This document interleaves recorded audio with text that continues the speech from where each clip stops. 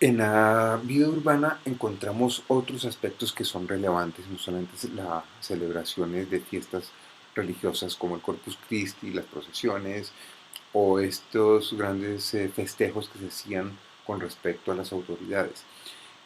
No es mucho usual, pero habían otro tipo de celebraciones de carácter religioso que también servían para penitenciar el cuerpo social. Esta, por ejemplo, es una de las pocas representaciones de un auto de fe del Santo Oficio de la Inquisición, donde, al igual que la procesión, el cuerpo social está clarísimamente ordenado, está claramente ordenado, rígidamente ordenado estamentalmente. En esta pintura, al igual, tiene carteras alusivas donde está mencionando cuál es el lugar que ocupa cada personaje y una breve descripción del auto de fe.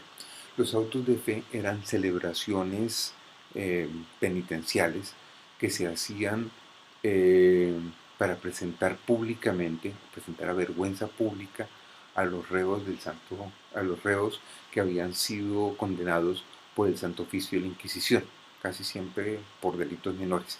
Servía para que al presentarlos públicamente eh, el pecado de unos cuantos lograse expiar el pecado de muchos, pero también tenemos escenas de vida cotidiana en este pueblo, escenas que transcurren paralelamente y pinturas que también nos ofrecen información sobre vestuario, costumbres, gestos, etc. Hay que tener en cuenta que estas celebraciones de auto de fe se hacían por lo general en los grandes centros urbanos o donde tenía presencia el tribunal. En la Nueva Granada se llevaron a cabo principalmente en la ciudad de Cartagena.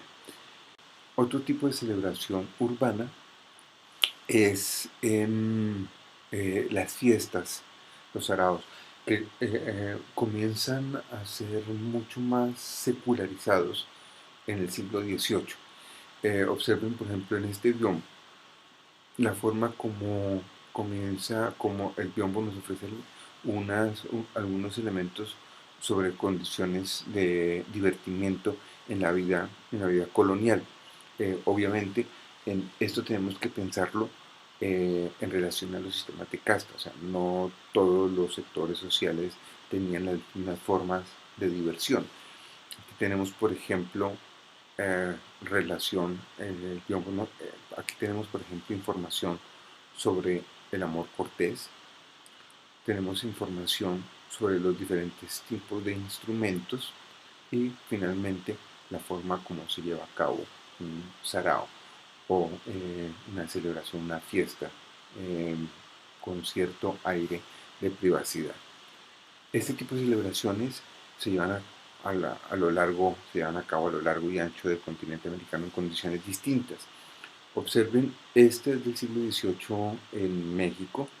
Estos son fragmentos de un biombo neogranadino. Pueden observar las diferencias del vestuario, eh, las fiestas son quizá un poco más austeras, pero nos da la idea de una sociedad que está incluyendo los divertimentos como una forma de usos del paso del tiempo.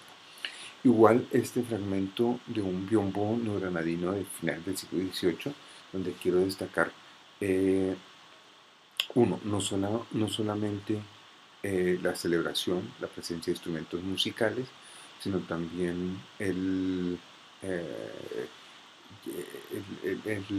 la influencia, la clarísima influencia francesa. Estos biombos, como este también neogranadino, nos está ofreciendo información sobre comportamientos higiénicos, hábitos y costumbres de vida cotidiana, labores cotidianas, etc.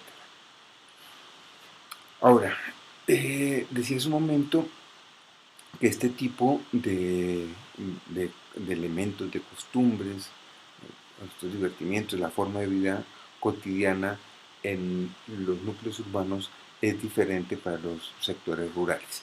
Pueden observar, por ejemplo, en esta en estas dos imágenes que vienen a continuación cómo se contrasta la diversión de los sectores o de las castas que ocupan un lugar preponderante en el orden social a los oficios que ejecutan los sectores y más una condición rural. Eh, Ganadería, eh, siembra, la cosecha, etcétera, son oficios masculinos eh, con una marcada diferencia a lo que transcurre en el ámbito, en los ámbitos urbanos. Esto es obvio, pero es importante es importante marcar las diferencias entre lo urbano y lo rural desde épocas muy tempranas. Aquí tenemos una pequeña representación de los oficios femeninos que transcurren en la misma condición. Estas mujeres que vienen de espacios rurales son las que van a establecer la venta de mercaderías en los espacios urbanos. El mercado es el punto que está articulando la relación del campo con la articulación de la ciudad. Y estas pinturas también nos muestran la importancia que tienen los mercados como espacios de circulación de bienes y de elementos domésticos. Quizá esta es la información interesante que arroja este tipo de información visual, las pinturas como representación de lo visual, ya lo hemos visto en pinturas de castas, pero aquí podemos distinguir no solamente la riqueza, en el caso de los mercados mexicanos, de frutas, sino también frutas, verduras, eh, diferentes tipos de pescados, sino también los objetos. El espacio urbano colonial también es importante la presencia de los conventos.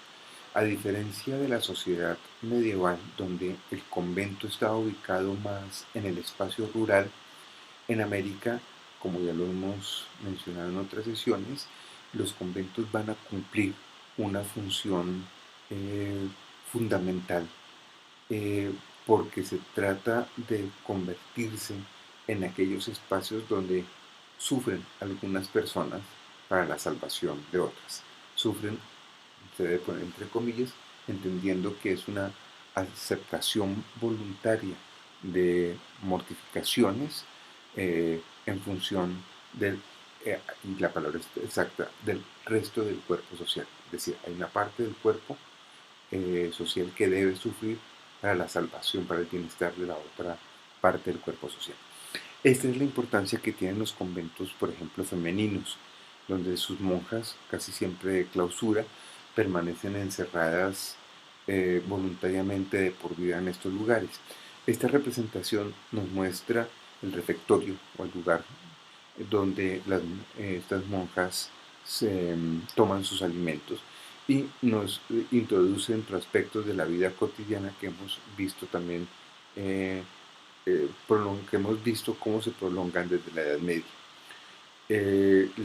La comida se hace en silencio, una comida muy básica, pueden observar que hay un solo plato, una sola escudilla y un elemento muy importante, la lectura durante la celebración, durante el momento en que las monjas comen. Pueden observar también, esta pintura nos permite hacer también, retomar elementos de la vida cotidiana en nuestros conventos, por ejemplo. Ustedes pueden observar que hay monjas de velo blanco y monjas de velo negro. Esto quiere decir que en la cultura colonial las mujeres que tenían velo negro eran las que habían pagado una dote para entrar al convento. Las monjas de velo blanco son aquellas que tuvieron un benefactor que pagó por ellas la dote. Muchas veces son mujeres de una condición socioeconómica pobre, mujeres blancas pobres,